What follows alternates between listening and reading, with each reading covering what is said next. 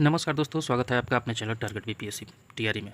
जैसा कि आप जान रहे हैं दोस्तों कि हम लोग बिहार पुलिस के लिए सेट का सीरीज चला रहे हैं, जिसमें कि आज किरण प्रकाशन का मॉडल प्रैक्टिस सेट नंबर 7 लेकर आए हैं आप लोगों के बीच, जो कि बहुत ही बढ़िया प्रकाशन है दोस्तों। बहुत ही अच्छे अच्छे क्वेश्चन का कलेक्शन इसमें किया गया है और सभी क्वेश्चन देखिए दोस्तों, यहाँ सेक्शन वाइज दिया गया है। जैसे ये हिंदी का क्वेश्चन हो गया दोस्तों, देखिए हिंदी का क्वेश्चन यहाँ दिया गया है, फिर इंग्लिश का दिया गया है, फिर गणित का, ऐसा ही सभी सभी क्वेश्चन सेक्शन वाइज दिया गया है दोस्तों।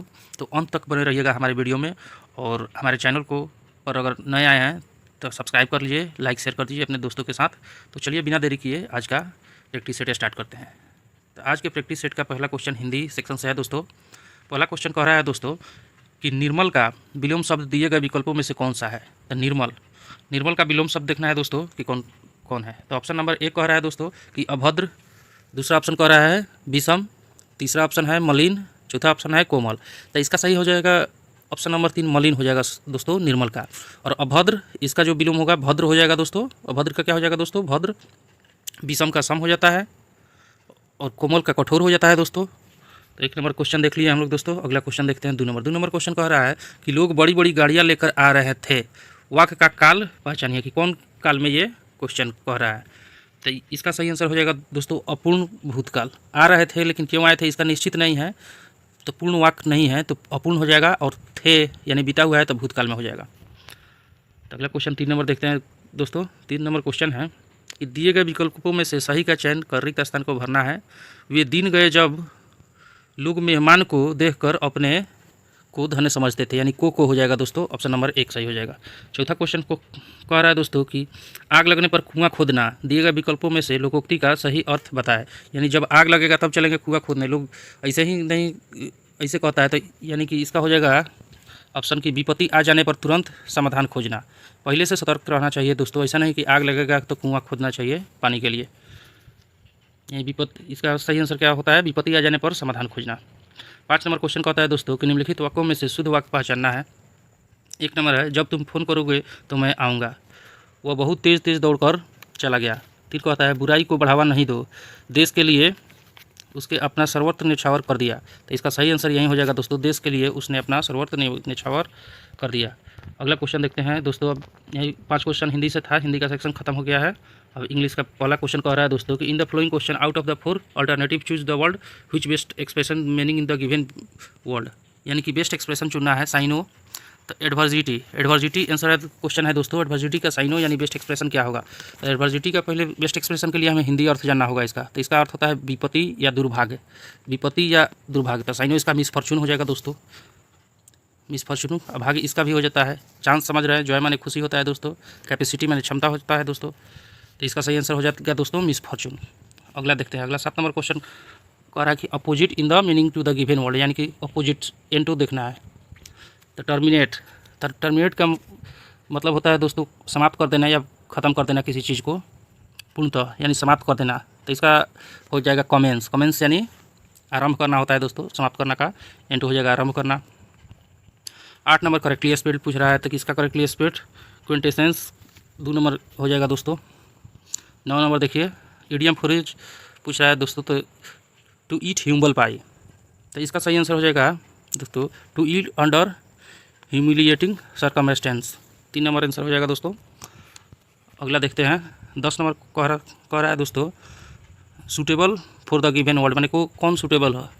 तो कमिटिंग मर्डर इन रिवेंज में, यानी कि बदला में बदले का मर्डर। तो बदले में किया गया मर्डर को क्या कहते हैं दोस्तों, तो वेंडेटा कहते हैं। वेंडेटा जो होमिसाइड है, मैसेकर है जो दोस्तों, इसका होता है नरसंहार। बहुत सारे नर का एक साथ हत्या कर देना मैसेकर कहलाता है। होमिसाइड किसी का मर्डर अगर कर देते हैं एक आदमी का तो होमिसाइड कहता है। रेजिसाइड यानी राजा की हत्या अगर कर देते हैं, राजगद्दी पर खुद बढ़ जाते हैं तो उसे रेजिसाइड कहते हैं। होमिसाइड, रेजिसाइड, मैसेकर देख लीजिए दोस्तों। इसका रिवेंज वाला जो मर्डर होता है उसको वेंडेटा कहते हैं। ऑप्शन नंबर इसका 2 आंसर हो जाएगा दोस्तों, वेंडेटा। अगला क्वेश्चन 10 हो गया। अब 11 नंबर क्वेश्चन देखते हैं दोस्तों। 11 नंबर अब मैथ का क्वेश्चन स्टार्ट होता है दोस्तों।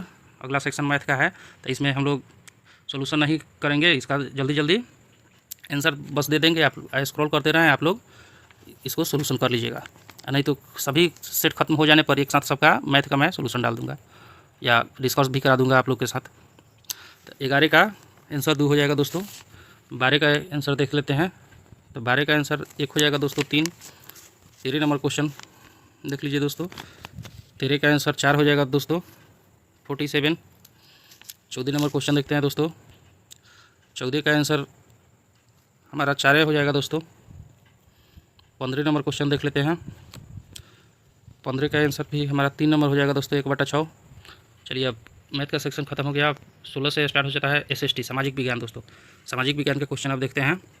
पहला क्वेश्चन कह रहा है दोस्तों कि भारतीय संविधान की समवर्ती सूची की धारणा किस देश से लिया गया है। तो समवर्ती सूची जो है दोस्तों हमारे संविधान में ऑस्ट्रेलिया से लिया गया है।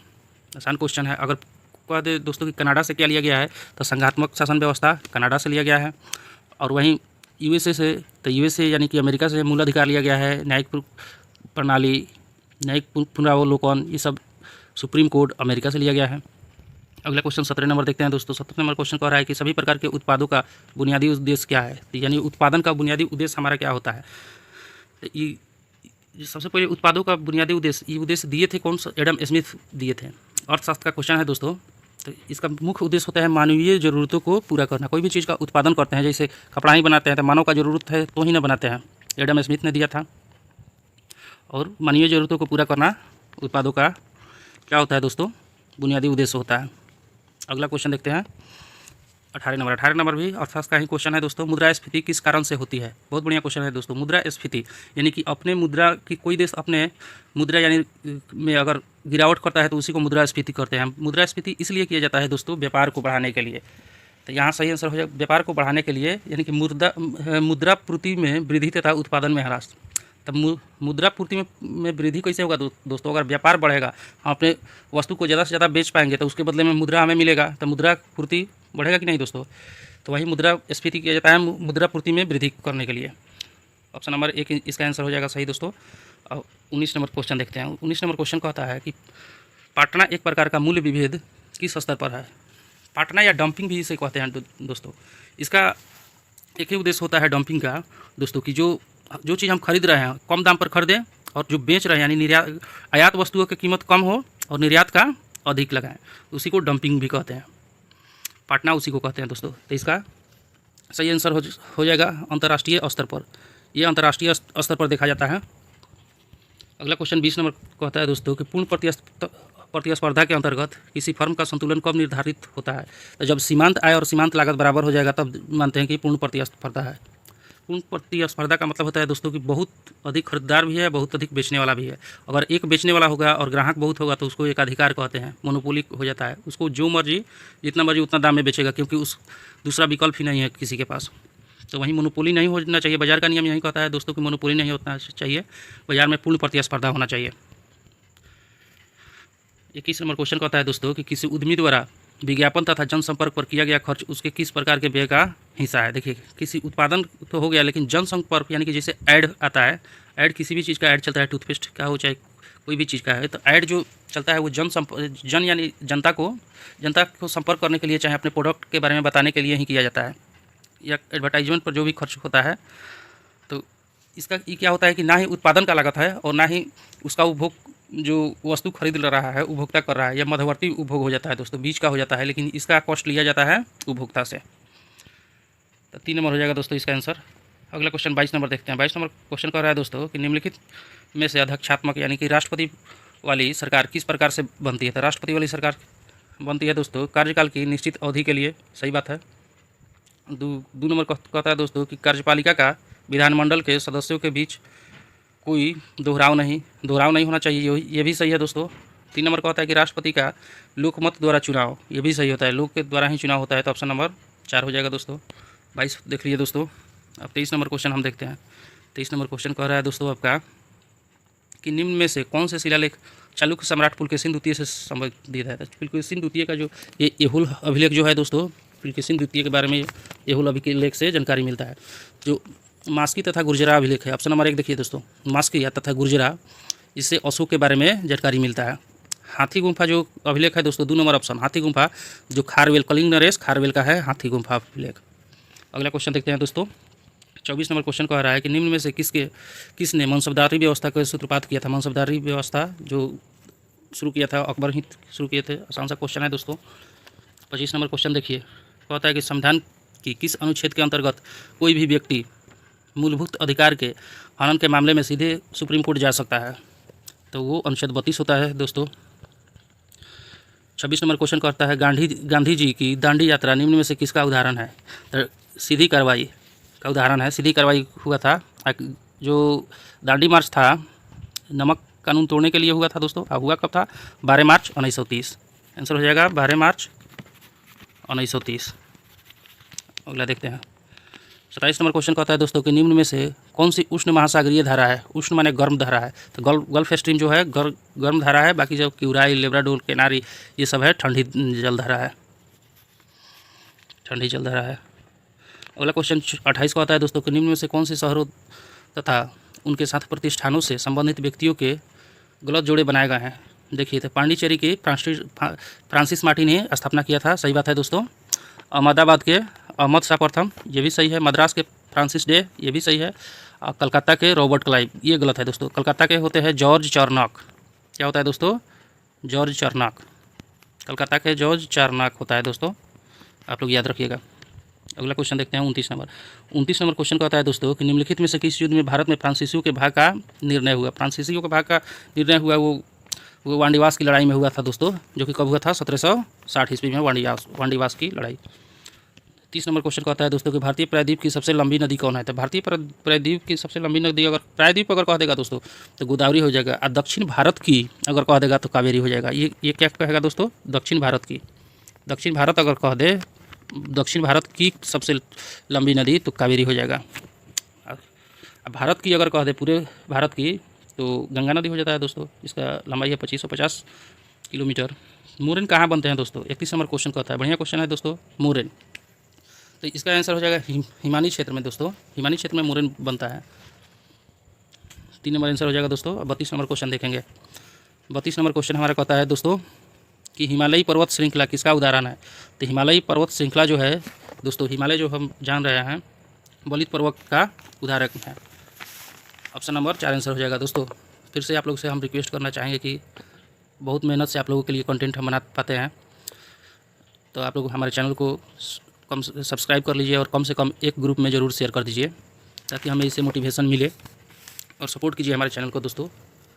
चलिए अगला क्वेश्चन देखते हैं। 33 नंबर क्वेश्चन कहता है दोस्तों कि निम्नलिखित में से किस आयोग के लिए भारतीय संविधान में कोई प्रावधान नहीं किया गया है? तो निर्वाचन आयोग के लिए है दोस्तों, वित्त आयोग के लिए भी है 280 में, लेकिन योजना आयोग के लिए कहीं नहीं है। संघ लोक सेवा आयोग के लिए भी है दोस्तों, लेकिन योजना आयोग के लिए नहीं है। तो ऑप्शन नंबर 3 आंसर हो जाएगा। 34 क्वेश्चन कहता है दोस्तों किस सुल्तान को खलीफा से समान वस्त्र प्राप्त हुआ था? तो इसका सही आंसर हो जाएगा दोस्तों इल्तुतमिश। कहाँ से? जो बगदाद के खलीफा से इनको समान वस्त्र प्राप्त हुआ था। कहाँ के? बगदाद के खलीफा, बगदाद, याद रखिएगा दोस्तों, बगदाद के खलीफा से समान वस्त्र इनको प्राप्त हुआ था। 35 नंबर क्वेश्चन देखते हैं दोस्तों। 35 नंबर क्वेश्चन कहता है कि भारतीय संविधान की 8वीं अनुसूची में निम्नलिखित में कौन सी भाषा निर्दिष्ट नहीं है? तो 8वीं अनुसूची में 22 भाषाओं का उल्लेख किया गया है, जिसमें यहाँ अंग्रेजी नहीं है कहीं भी दोस्तों।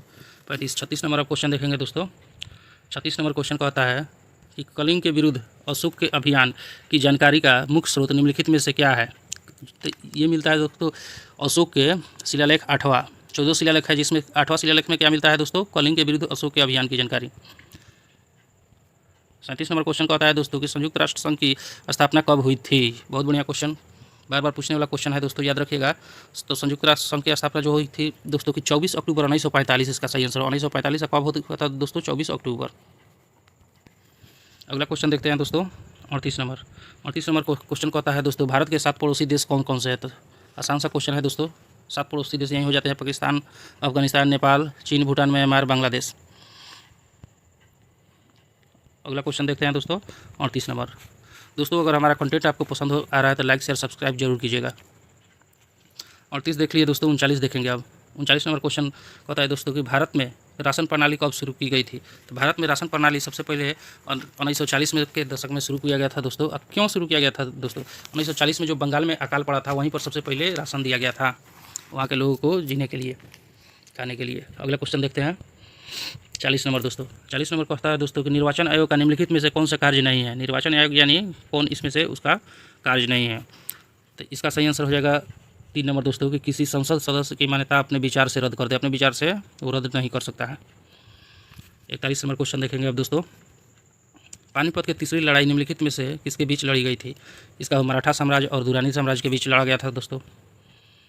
अगला 42 नंबर क्वेश्चन कर रहा है, निम्नलिखित में से किस नदी का उद्गम मध्य प्रदेश में होती है? ताप्ती नदी का उद्गम कहाँ होता है दोस्तों? मध्य प्रदेश में है। 43 नंबर क्वेश्चन कहता है कि निम्नलिखित में से किस ग्रह पर नासा ने क्यूरोसिटी रोवर भेजा है? तो इसका सही आंसर हो जाएगा मंगल ग्रह पर दोस्तों सभी ऑप्शन को डिस्कस नहीं कर पा रहे हैं कि एग्जाम हमारे सामने है और ज़्यादा टाइम लग जाएगा, इसे 1.5-2 घंटा का वीडियो हो जाएगा। हम चाह रहे हैं कि कम से कम समय में आपको ज़्यादा से ज़्यादा कंटेंट दे दे। अगला क्वेश्चन देखिए दोस्तों, 44 नंबर क्वेश्चन कह रहा है दोस्तों कि निम्नलिखित राज्यों में से भारत के किस राज्य में मानस राष्ट्रीय उद्यान है? तो मानस असम में है, एक सिंह वाले गैंडा के लिए प्रसिद्ध है दोस्तों।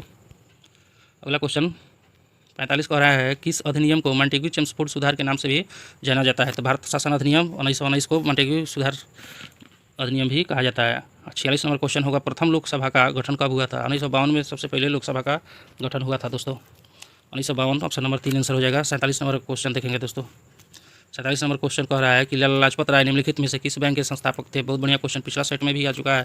पंजाब नेशनल बैंक के संस्थापक थे कौन दोस्तों? लाला लाजपत राय। अगला क्वेश्चन है दोस्तों 48 नंबर कि निम्नलिखित में से किसने चार मीनार बनवाया था?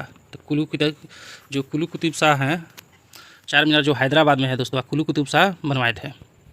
49 नंबर क्वेश्चन देखिए कि गुरु शिखर निम्नलिखित पर्वत श्रृंखलाओं में से किसको सर्वोच्च शिखर है? तो गुरु शिखर जो है अरावली पर्वत का, जो कि राजस्थान में है, सर्वोच्च शिखर है गुरु शिखर। 50 कह रहा है दोस्तों कि प्राचीन भारत में कितनी महाजनपद थी? शक्तिशाली मतलब 16 महाजनपद थी, जो कि मगध का था। अब अगला सेक्शन स्टार्ट होता है दोस्तों विज्ञान का। चलिए अब यहाँ से हम विज्ञान का क्वेश्चन कवर करेंगे दोस्तों। विज्ञान का पहला क्वेश्चन कह रहा है दोस्तों, विज्ञान के क्वेश्चन देखने से पहले फिर से एक बार रिक्वेस्ट है आपसे कि हमारे चैनल को कम से कम सब्सक्राइब तो जरूर कर लीजिए दोस्तों, और कम से कम एक ग्रुप में शेयर कर लीजिए। बस ज़्यादा आप लोग को मेहनत करने के लिए नहीं बोलते हैं और ना ही ज़्यादा टाइम वेस्ट करते हैं, बस सिर्फ पढ़ाई की बात करते हैं, यहाँ सिर्फ डिस्कस कराया जाता है दोस्तों, ज़्यादा बकवास नहीं किया जाता है। चलिए तो 51 नंबर स्टार्ट करते हैं दोस्तों। 51 नंबर क्वेश्चन कहता है कि फोटोन की कण बनने की प्रकृति निम्नलिखित में से किस पर टिकी होती है? तो फोटोन की कण जो प्रकाश का वैद्युत प्रभाव है, फोटो इलेक्ट्रिक इफेक्ट, वहीं पर टिकी होती है। अगला क्वेश्चन 52 कहता है कि स्वाभाविक रूप से घटित होने वाला सबसे भारी तत्व है, स्वाभाविक रूप से यानी अपने से, तो यूरेनियम इसका सही आंसर हो जाएगा दोस्तों। 53 कहता है कि सल्फर डाइऑक्साइड किसके द्वारा रंजक पदार्थ को विरंजित कर देता है? या रंजक पदार्थ को विरंजित कौन कर देता है? सल्फर डाइऑक्साइड किसके द्वारा? तो क्या चीज़ से मिलकर? तो तनुकरण अगर हो जाएगा इसका डाइल्यूट तनुकरण तो हो जाएगा दोस्तों, ऑप्शन नंबर 1 आंसर हो जाएगा। 54 कहता है कि निम्नलिखित में से कौन सा तत्व रेडियोधर्मी नहीं है? रेडियम भी होता है, प्लूटोनियम भी होता है, यूरेनियम भी होता है, लेकिन जर्कोनियम नहीं होता है दोस्तों, ऑप्शन नंबर 3 आंसर हो जाएगा। 55 नंबर क्वेश्चन देखेंगे दोस्तों। 55 नंबर क्वेश्चन कहता है कि जिप्सम का उपयोग किसके सुधार के लिए किया जाता है? तो जिप्सम का उपयोग पॉड सॉल्ट के सुधार के लिए किया जाता है दोस्तों, ऑप्शन नंबर 3 आंसर हो जाएगा। अब देखिए 56 नंबर क्वेश्चन कहता है कि विद्युत चुंबकीय विकिरण के लिए उनके बढ़ते हुए तरंगदैर्घ्य के क्रम में सही विन्यास बताएं। तो इसका सही हो जाएगा दोस्तों आंसर 56 नंबर का। सबसे पहले होता है गामा रे होता है दोस्तों, तो गामा रे इसमें नहीं दिया गया है, तो एक्सरे, औरक्त, दृश्य, सूक्ष्म, यही हो जाएगा दोस्तों, ऑप्शन नंबर 4। अब 57 नंबर क्वेश्चन कह रहा है दोस्तों कि झील अथवा तालाब के सतह पर पादप प्लवक के तेज़ी से बढ़ने वाले पुंज को क्या कहते हैं? तो इसका सही आंसर सुपोषण कहते हैं दोस्तों, तेज़ी से जो बढ़ता है सुपोषण हो जाएगा। 58 नंबर क्वेश्चन है दोस्तों कि न्यूक्लियर रिएक्टरों में विमंदक के प्रयोग के लिए किस लिए किया जाता है? विमंदक का क्यों प्रयोग किया जाता है दोस्तों? तो न्यूट्रॉन जो होता है दोस्तों, न्यूट्रॉन को मंद करने के लिए, जो कि लगातार 1 से 3, 3 से 9 ऐसे होता है, उसको मंद करने के लिए मंदक का प्रयोग होता है। 59 नंबर क्वेश्चन कहता है दोस्तों कि पक्षियों के पंख क्या होते हैं? तो पक्षियों के जो पंख होते हैं तो रूपांतरिक अग्रभाग, याद रखिएगा दोस्तों, स्टैटिक का क्वेश्चन है। पक्षियों के पंख रूपांतरित अग्र अंग होते हैं। 60 नंबर क्वेश्चन कहता है दोस्तों कि क्या घटित होने पर सहज परिवर्तन होता है? तो इसका सही आंसर हो जाएगा दोस्तों मुक्त ऊर्जा में कमी अगर आती है तो सहज परिवर्तन हो जाता है। कोई भी। अब 61 नंबर क्वेश्चन कह रहा है दोस्तों कंपनशील रज्जु के व्यवहार का अध्ययन करने के लिए किस उपकरण का उपयोग किया जाता है? यानी कि जो जैसे बैरोमीटर वायुमंडलीय दाब के लिए किया, हाइग्रोमीटर आर्द्रता के लिए किया जाता है, वैसा ही सोनोमीटर जो है वाइब्रेट करने वाले पदार्थ का नापने के लिए, वहीं कंपनशील रज्जु कह रहा है, जो कंपन कर रहा है, वाइब्रेट कर रहा है, तो सोनोमीटर से मापा जाता है। 62 नंबर क्वेश्चन देखेंगे दोस्तों। 62 कहता है दोस्तों कि पांडा किसके कुल का होता है? जो पांडा आप लोग देखते हैं, सफ़ेद पांडा भी होता है, वो भालू के ही कुल का होता है। 63 नंबर क्वेश्चन है दोस्तों कि मनुष्य के शरीर में मूत्र कहाँ एकत्रित होता है। तो मूत्र मूत्राशय में एकत्रित होता है दोस्तों। अब पित्त जो पूछेगा दोस्तों, तो पित्त यकृत बनाता है और पित्ताशय में जमा होता है। किडनी की इकाई है नेफ्रॉन दोस्तों। अगला क्वेश्चन देखेंगे 64 नंबर क्वेश्चन कहता है कि निम्नलिखित में से कौन प्रोटीन का सबसे उच्चतम स्रोत है। तो सबसे उच्चतम अगर पूछ लेगा दोस्तों तो ऑप्शन के अनुसार तो सोयाबीन हो जाएगा, लेकिन होता क्या है दोस्तों, आप कमेंट करके बताइए क्या होता है दोस्तों। ये क्वेश्चन आप लोगों के लिए हम छोड़ रहे हैं, आसान सा क्वेश्चन है, कमेंट में ज़रूर बताइएगा कि सबसे उच्च प्रोटीन किस में होता है। एक सब्जी ही है दोस्तों। देखिए 65 नंबर अगला क्वेश्चन देखते हैं। 65 नंबर क्वेश्चन कहता है कि अंतर्द्रव्यी जालिका की सतह पर किस चीज़ की उपस्थिति के कारण वह खुरदुरी होती है। तो वो होता है दोस्तों राइबोसोम की उपस्थिति के कारण। ऑप्शन नंबर 4 आंसर हो जाएगा 65 नंबर के।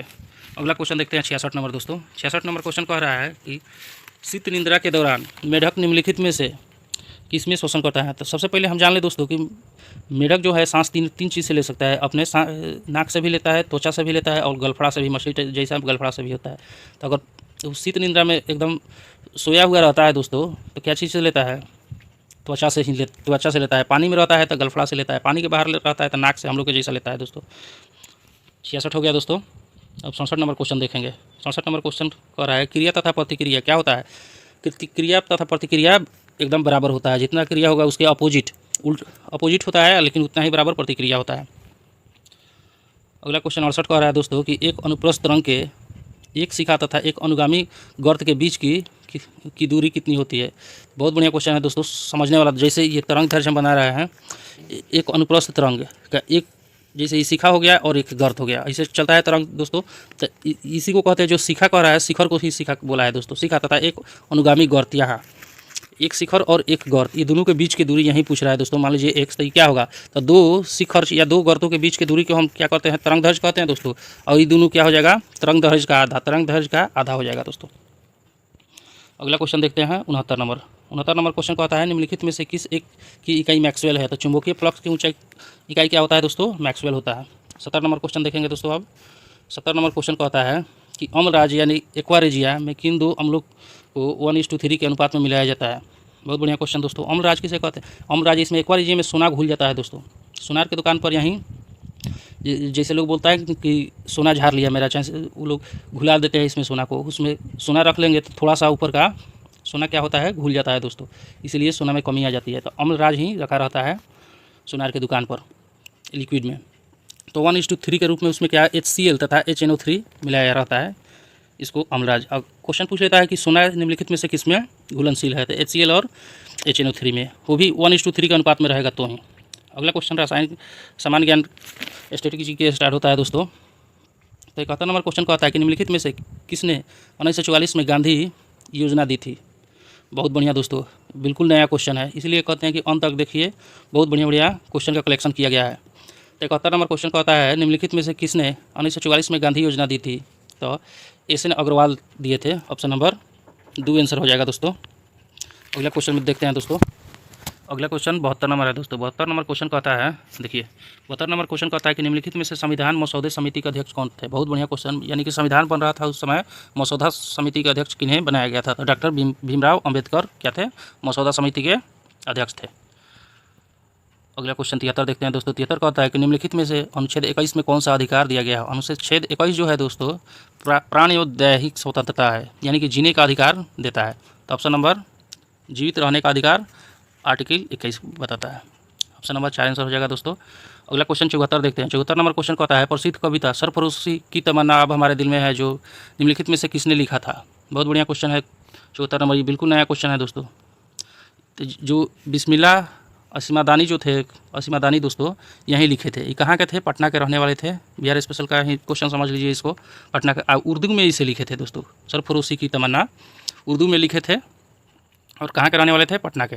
अगला क्वेश्चन 75 नंबर देखते हैं कि भारत के किस गवर्नर जनरल ने डाक सेवा की शुरुआत की। ये बढ़िया क्वेश्चन है। रेल सेवा, डाक सेवा सब एक ही आदमी कराया है, ये डलहौजी। भारत का उदारक इन्हें कहा जाता है दोस्तों, क्योंकि बहुत बढ़िया का भारत के लिए किया है ये दोस्तों। जैसे सिविल सेवा का जनक लॉर्ड डलहौजी के माना जाता है।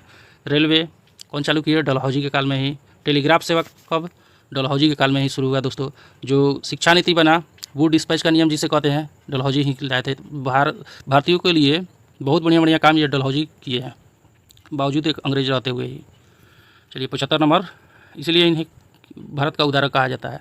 76 नंबर क्वेश्चन, 75 हो गया दोस्तों। अब 76 नंबर क्वेश्चन कहता है कि निम्नलिखित ऐतिहासिक घटनाओं को उनके कालक्रम के व्यवस्थित करना है। तो पहला है दोस्तों कि यानी कि कौन पहले हुआ था कौन बाद में, तो असहयोग आंदोलन। तो असहयोग आंदोलन आप जानते हैं कि 1 अगस्त 1920 में स्टार्ट हुआ था। 1 अगस्त 1920 हो जाएगा। और असहयोग सविनय अवज्ञा आंदोलन तो 12 मार्च 1930 को स्टार्ट होता है सविनय अवज्ञा आंदोलन, 12 मार्च 1930।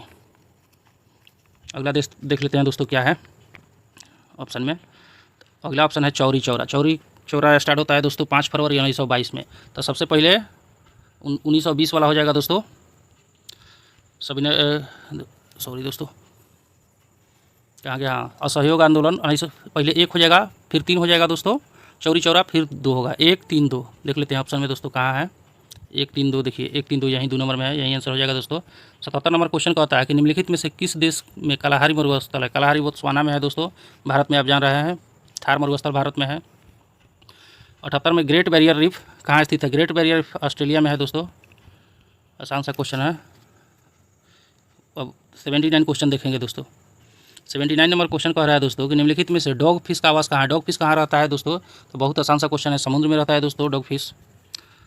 80 नंबर क्वेश्चन कह रहा है कि बासेल सम्मेलन का मुख्य उद्देश्य क्या था। बासेल सम्मेलन जो हुआ था इसका मुख्य उद्देश्य था जैव विविधता का संरक्षण। 2 नंबर जैव विविधता का संरक्षण हो जाएगा दोस्तों।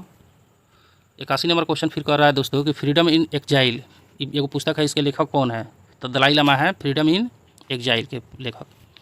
82 निम्नलिखित में से किस राज्य में उगादी त्यौहार मनाया जाता है। बहुत बढ़िया क्वेश्चन, बार बार एग्जाम में पूछने वाला क्वेश्चन है दोस्तों, ये याद रखिएगा। कर्नाटक में स्टार्ट हुआ था, दोस्तों उगादी त्यौहार मनाया जाता है। अगला क्वेश्चन है कि खो खो में कितने खिलाड़ी होते हैं। खो खो में 12 खिलाड़ी होते हैं दोस्तों। अगला क्वेश्चन 84 देखिए दोस्तों। 84 नंबर क्वेश्चन कहता है कि जागोई नृत्य किस राज्य का नृत्य रूप है। तो जागोई कहाँ का है दोस्तों, मणिपुर का है दोस्तों, मणिपुर का। अगला क्वेश्चन 85 देखते हैं। 85 कहता है दोस्तों 12वीं सदी में कर्नाटक में वीरशैव किस चीज़ के अनुयायी थे। तो इसका आंसर हो जाएगा बसौना के अनुयायी वीरसेन थे, वीरशैव। 85 क्वेश्चन कंप्लीट हम लोग कर लिए दोस्तों। अब बिहार स्पेशल क्वेश्चन करना है। अब देखिए 86 नंबर से स्टार्ट, अगला सेक्शन बिहार सामान्य ज्ञान का स्टार्ट होता है। चलिए स्टार्ट कर लेते हैं। पहला क्वेश्चन कहता है दोस्तों कि मगध के किस पर्वती गुप्त शासक ने अश्वमेध यज्ञ का आयोजन कराया था। मगध यानी कि बिहार। बहुत बढ़िया क्वेश्चन है दोस्तों। जो आदित्य सेन थे ये 3 बार अश्वमेध यज्ञ कराए थे। कितना बार दोस्तों, 3 बार, याद रखिएगा मगध के। अगला क्वेश्चन 87 कह रहा है दोस्तों कि मुगल शासक जहांगीर ने 1621 में किसे बिहार के प्रांतपति नियुक्त किया। बिहार के प्रांतपति जहांगीर किसे नियुक्त किए थे, तो राजकुमार परवेज देखिए 1621 में जहांगीर ने इन्हें बिहार के प्रांतपति नियुक्त किया था। 88 नंबर क्वेश्चन है दोस्तों कि पटना में स्थित गोलघर का निर्माण किस गवर्नर जनरल के काल में हुआ था। ये भी बहुत बढ़िया क्वेश्चन है दोस्तों। तो लॉर्ड कॉर्नवालिस है जो दोस्तों, देखिए लॉर्ड कॉर्नवालिस, इसी के काल में 1786 में क्या हुआ था, गोलघर का निर्माण हुआ था पटना में, जो कि गांधी मैदान के पास स्थित है। और अब बनाया कौन था, वास्तुकार इसका तो कौन था दोस्तों, तो वास्तुकार अगर पूछ ले तो जॉन गैस्टिन उनका नाम है, जॉन गैस्टिन। अगला क्वेश्चन 89 नंबर कहता है दोस्तों कि सन 1939 में बिहार में अम्बारी सत्याग्रह का नेतृत्व किसने किया। बहुत बढ़िया क्वेश्चन दोस्तों, बिल्कुल नया क्वेश्चन है, अम्बारी सत्याग्रह। तो इसका आंसर हो जाएगा राहुल संकृत्यान ने नेतृत्व किया था अम्बारी सत्याग्रह का। 90 नंबर क्वेश्चन कह रहा है दोस्तों कि बिहार में उपनिषद काल में ब्राह्मण धर्म तथा ज्ञान का महान केंद्र कहाँ था। तो कहाँ था दोस्तों, विदेह में। ऑप्शन नंबर 3 आंसर, बिहार के उपनिषद काल में ब्राह्मण तथा ज्ञान का महान केंद्र कहाँ, विदेह में माना गया है दोस्तों, विदेह में ही था। अगला क्वेश्चन 91 नंबर कह रहा है दोस्तों बिहार में उत्तरी गंगा के मैदान में निम्नलिखित में से कौन सी मिट्टी नहीं पाई जाती, यानी गंगा नदी के उत्तर क्षेत्र में कौन मिट्टी नहीं पाई जाती है दोस्तों। तो इसका सही आंसर हो जाएगा दोस्तों नवीन जलोढ़ मिट्टी। दलदली मिट्टी भी पाया जाता है, बलथर मिट्टी भी, बलसुंडरी मिट्टी भी पाया जाता है, लेकिन नवीन जलोढ़ मिट्टी नहीं पाया जाता है दोस्तों। 92 नंबर क्वेश्चन कह रहा है कि बिहार का पहला डॉल्फिन अभ्यारण्य कहाँ अवस्थित है। विक्रमशिला में बनाया गया है दोस्तों डॉल्फिन अभ्यारण्य। 93 कह रहा है दोस्तों कि बिहार का प्रथम गैर कांग्रेसी मुख्यमंत्री कौन थे। बहुत बढ़िया क्वेश्चन दोस्तों। तो सबसे पहला बिहार के प्रथम गैर कांग्रेसी मुख्यमंत्री जो कि कांग्रेस से नहीं थे, उनका नाम था महामाया प्रसाद सिन्हा। महामाया प्रसाद सिन्हा हो जाएंगे। आप कब बने थे दोस्तों, 1967 में बने थे। 1 साल के लिए ही मात्र बने थे, जनक्रांति दल से ये थे। कौन दल इनका हो जाएगा दोस्तों? जन क्रांति दल। 94 नंबर क्वेश्चन देखते हैं दोस्तों। 93 क्वेश्चन हम लोग कंप्लीट कर लिए। 94 नंबर क्वेश्चन कहता है कि बिहार के इतिहास में पहली बार आर्थिक सर्वेक्षण किसके द्वारा प्रस्तुत किया गया था? तो सुशील मोदी जो थे दोस्तों, यही आर्थिक सर्वेक्षण सबसे पहले प्रस्तुत किए थे। अब 95 नंबर क्वेश्चन कह रहा है बिहार में जननी सुरक्षा योजना के तहत संस्थागत प्रसव के मामले में सर्वोत्तम प्रदर्शन करने वाले 3 जिले कौन कौन से हैं? बहुत बढ़िया क्वेश्चन दोस्तों, याद रखिएगा। जननी सुरक्षा योजना समस्तीपुर, पूर्णिया और पूर्वी चंपारण। समस्तीपुर, पूर्णिया, पूर्वी चंपारण। 95 क्वेश्चन कंप्लीट हो गया दोस्तों। अब अगला सेक्शन स्टार्ट हो जाता है करंट अफेयर का। तो करंट अफेयर में पहला क्वेश्चन है दोस्तों कि अनुसूचित जाति यानी SC आरक्षण अधिनियम 2025 को लागू करने वाला भारत का पहला राज्य कौन बन गया है? बहुत बढ़िया क्वेश्चन दोस्तों। तो ये हो जाएगा तेलंगाना। तेलंगाना सबसे पहले SC अधिनियम 2025 में लागू कर दिया है। 96 हो गया दोस्तों। अब 97 नंबर क्वेश्चन देखेंगे कि विश्व बैंक की भारत गरीबी और समानता संक्षिप्त रिपोर्ट के अनुसार 2011-12 और 22-23 के बीच भारत में कितने लोग अत्यधिक गरीबी से बाहर निकले? यानी कि इसका आंसर हो जाएगा 171 मिलियन लोग गरीबी रेखा से बाहर निकले। 98 को आ रहा है दोस्तों कि कौन सा कन्नड़ उपन्यास अंतर्राष्ट्रीय बुकर पुरस्कार 2025 के लिए चुना जाने वाला भाषा का पहला शीर्षक बन गया है? तो इसका आंसर हो जाएगा हार्ट लैम्प। हार्ट लैम्प जो उपन्यास है दोस्तों कन्नड़। 99 नंबर क्वेश्चन देखेंगे दोस्तों। 99 नंबर क्वेश्चन कहता है कि पहला विश्व ऑडियो और वीडियो मनोरंजन शिखर सम्मेलन किस शहर में आयोजित किया गया है? बहुत बढ़िया क्वेश्चन, मुंबई में आयोजित किया गया है दोस्तों, याद रखिएगा। बिल्कुल परीक्षा में छपने वाला ही सभी क्वेश्चन है दोस्तों। एग्जाम के पॉइंट ऑफ व्यू से ही बनाया गया है किरण के सेट को दोस्तों। आज का लास्ट क्वेश्चन और 100 नंबर क्वेश्चन कहता है दोस्तों कि किस IIT द्वारा किए गए अध्ययन से पता चला है कि सतही ओजोन प्रदूषण भारत की प्रमुख खाद्य फसलों को गंभीर रूप से प्रभावित कर रहा है? तो इसका सही आंसर IIT खड़गपुर। बहुत बहुत धन्यवाद दोस्तों हमारे वीडियो को देखने के लिए। ऐसे ही प्यार बनाए रखिए हमारे वीडियो पर और हमारे चैनल को सब्सक्राइब, लाइक, शेयर जरूर कीजिए। धन्यवाद दोस्तों।